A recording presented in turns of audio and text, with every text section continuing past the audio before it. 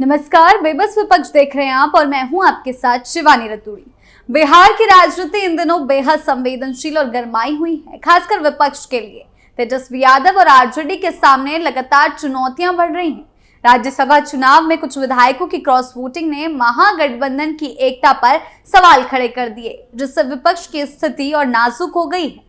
इस बीच मुख्यमंत्री नीतीश कुमार के बेटे निशांत कुमार का सक्रियता से मैदान में उतरना तेजस्वी और आरजेडी के लिए चिंता का कारण बन गया। आरजेडी फिलहाल बयानबाजी और दिखावे में उलझी हुई है और तेजस्वी समेत पार्टी के नेता असमंजस में हैं, जिससे उनकी बेचैनी लगातार बढ़ती जा रही है। क्या कुछ हुआ है उस पर बात करेंगे, लेकिन उससे पहले एक नजर डालते हैं बिहार की टॉप हेडलाइंस पर। 20 साल की परंपरा टूटी, लालू परिवार की मौन राजनीति और निशांत कुमार की सक्रियता से तेजस्वी की बढ़ी मुश्किलें। नीतीश की पसंद और सम्राट चौधरी के चर्चे ने बिहार की राजनीति में उड़ाई हलचल, तेजस्वी और आरजेडी फंसे। राज्यसभा चुनाव के बाद विपक्ष में बेचैनी, क्रॉस वोटिंग ने महागठबंधन की मजबूती पर खड़ा किया सवाल। खबरों में सबसे पहले बात करते हैं बिहार की राजनीति में राजद सुप्रीमो लालू प्रसाद यादव एक चर्चित नाम है और लालू यादव के द्वारा दी जाने वाली पार्टियां हमेशा सुर्खियां बटोरती है। लालू यादव की दही चूड़ा का भोज हो या ईद में इफ्तार पार्टी हो, राबड़ी आवास में दोनों ही पार्टियां धूमधाम से मनाई जाती हैं। लेकिन अब ये परंपरा टूटती नजर आ रही है। मकर संक्रांति के अवसर पर राबड़ी आवास में दही चूड़ा भोज का आयोजन नहीं किया गया।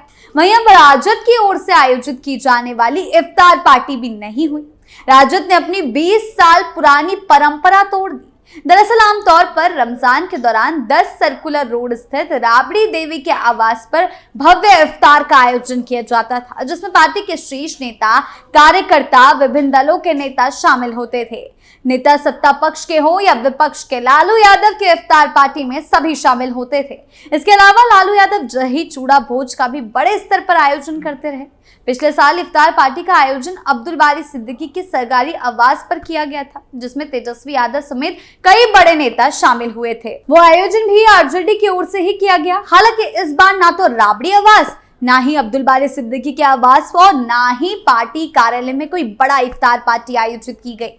बताया जा रहा है कि करीब 20 साल पुरानी ये परंपरा पहली बार टूटी है।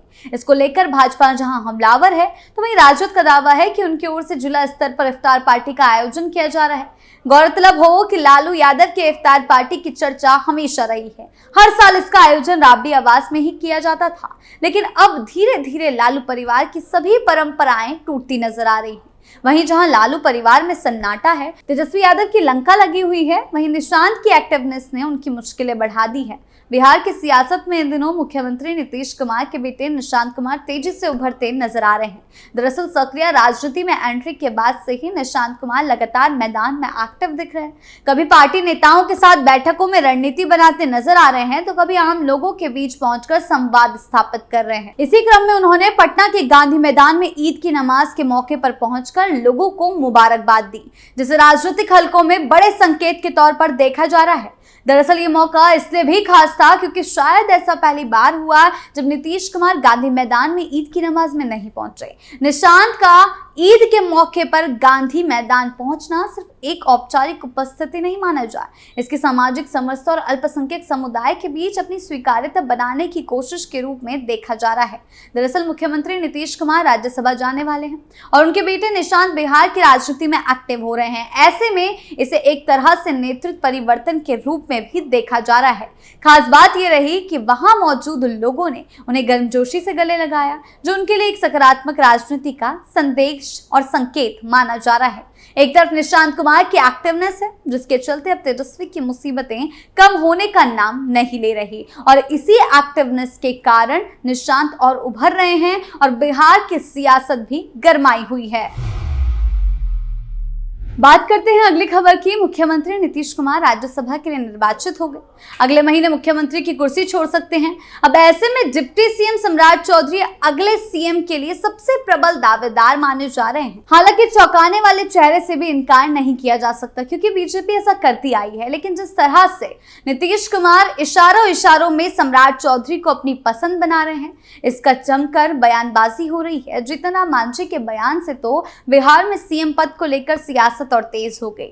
आरजेडी के प्रवक्ता एजाज अहमद ने इस पूरे मामले में कहा कि नीतीश कुमार ने सीएम पद से इस्तीफा नहीं दिया, लेकिन बीजेपी और जेडीयू में दर्जन भर लोग सीएम बनने के लिए बेचैन हैं। चिराग भी सीएम बनना चाहते हैं। एक अनार 100 बीमार वाली स्थिति है। मुख्यमंत्री बनने की होड़ मची है।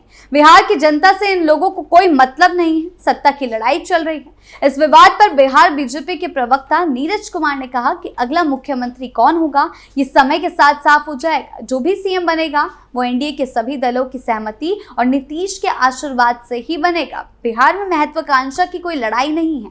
बिहार का मुख्यमंत्री वही होगा जो बिहार का तेजी से विकास करेगा। बीजेपी और एनडीए पूरी तरह से साफ करता हुआ दिखाई दे रहा है। बिहार को विकसित राज्य बनाना है। एनडीए पूरी तरह एकजुट है। जो भी निर्णय होगा सबके कहने पर होगा। केंद्रीय मंत्री जीतन राम मांझी ने इफ्तार के मौके पर नीतीश कुमार पारदर्शी आदमी हैं, जो मन में सोचते हैं वो करते हैं। किसी के बारे में क्या सोचते हैं क्या कहते नहीं हैं, लेकिन यदि सम्राट चौधरी के सीएम बनाने को लेकर इशारा दे रहे हैं तो माना जाना चाहिए कि वो इससे पीछे नहीं हटेंगे। और उन्होंने साफ कह दिया है कि सम्राट चौधरी ही नीतीश कुमार की इच्छा के अनुसार सीएम पद के दावेदार लग रहे हैं। बिहार की राजनीति इन दिनों काफी गर्म है। सबसे बड़ी चर्चा ये है कि अगले मुख्यमंत्री का चेहरा कौन होगा। इस मुद्दे ने पूरे राजनीतिक माहौल को हिलाकर रख दिया है। हालांकि तेजस्वी यादव इस मामले में भी बयानबाजी करने से बाज नहीं आ रहे। वो इस मामले में थोड़ा सा पीछे जाते हुए दिखाई दे रहे हैं। आरजेडी फिलहाल बयानबाजियों पर ज्यादा ध्यान दे रही है और अपनी रणनीति पे कम। लगातार बयान दिए जा रहे हैं, अलग अलग राय रखी जा रही है, कोशिश कर रहे हैं अपनी पकड़ को मजबूत दिखाने की। पार्टी किस तरह से पूरी तरह टूट गई है, गठबंधन किस तरह से टूटा हुआ है, साफ तौर पर किसी से छिपा नहीं है। इस वजह से आरजेडी की मुश्किलें लगातार बढ़ रही है। अपने बयान और दिखावे पर ज्यादा ध्यान दिया जा रहा है। यही वजह है कि तेजस्वी और उनकी पार्टी दोनों की मुश्किलें दिन ब दिन बढ़ती जा रही है। बात करते हैं अगली खबर में। बिहार की राजनीति इन दिनों काफी गर्म है, खासकर राज्यसभा चुनाव के बाद से ही। आरजेडी और कांग्रेस के विधायकों ने जिस तरह से बगावत की, उसने वोटिंग को एक नई दिशा दी। क्रॉस वोटिंग करा उन्होंने। इस कदम ने महागठबंधन को बड़ा झटका दिया। उनके उम्मीदवार की हार में उनका योगदान दिया। अब दोनों पार्टियों के सामने सबसे बड़ी समस्या यही है कि इन विधायकों के खिलाफ कार्रवाई कैसे की जाए। अगर पार्टी सख्ती दिखाए और इन विधायकों को दंडित करे तो ये उनके विधानसभा में वोटिंग शक्ति को कमजोर करेगा, जिससे भविष्य में पार्टी की स्थिति पर असर पड़ेगा और यहां तक कि तेजस्वी तो नेता प्रतिपक्ष का पद खो सकते हैं। इसी वजह से आरजेडी और कांग्रेस दोनों इस मामले में अभी उलझन में हैं और चुप्पी साधे हुए हैं, किसी भी स्पष्ट कदम से बच रहे हैं। ये घटना महागठबंधन की एकता पर कई सवाल खड़े करती है। जनता और बाकी राजनीतिक दल ये देखना चाहते हैं कि क्या गठबंधन सच में अंदर से मजबूत है या अंदर ही अंदर मतभेद और असहमति इतनी बढ़ गई कि अब कार्रवाई तक के लिए 100 बार सोचना पड़ रहा है। पार्टी नेताओं के लिए एक बड़ी चुनौती बन गई है कि कैसे विधायकों के अलग व्यवहार को संभाले बिना अपनी ताकत कमजोर किए। इस तरह राज्यसभा चुनाव की ये दुविधा सिर्फ हार जीत तक सीमित नहीं रह गई, बल्कि अब आगे का फ्यूचर तय करेगी। ये भविष्य की राजनीतिक रणनीति, गठबंधन की मजबूती और नेताओं की साख पर असर डाल रही है। और देखना यह होगा कि क्या तेजस्वी या राहुल गांधी अपने बगावती बागी विधायकों पर एक्शन लेते हैं या नहीं। इस तरह बिहार की राजनीति फिलहाल बेहद चुनौतीपूर्ण बनी हुई है। महागठबंधन के अंदरूनी मतभेद, विधायकों की क्रॉस वोटिंग और विपक्ष के नेताओं का असमंजस तेजस्वी यादव और आरजेडी के लिए बड़ी चिंता का कारण बन गया है। सत्ता पक्ष में निशांत कुमार जैसे नई सक्रियता और भविष्य के नेतृत्व को लेकर उभरती रणनीतियां विपक्ष की बेचैनी और बढ़ा रही है। आने वाले दिनों में यह देखना दिलचस्प रहेगा कि आरजेडी और अन्य विपक्षी दल अपनी रणनीति को कैसे धार देते हैं और जनता के बीच क्या अपनी साख बचा पाएंगे, क्योंकि बिहार की राजनीतिक बिसात पर अब हर कदम बहुत जरूरी हो गया है। तो फिलहाल बेबस विपक्ष में इतना ही। आपकी इस बारे में क्या राय है, हमें कमेंट सेक्शन में जरूर बताएं। धन्यवाद।